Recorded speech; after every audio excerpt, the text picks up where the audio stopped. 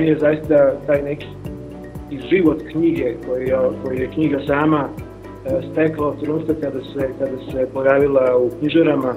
bio nešto što sam pratio na jedan dosta fasciniran način i prosto sam negde video kako knjiga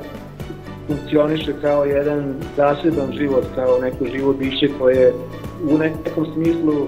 zaista nezavisno od autora stiče svoj put i svoju vidljivost.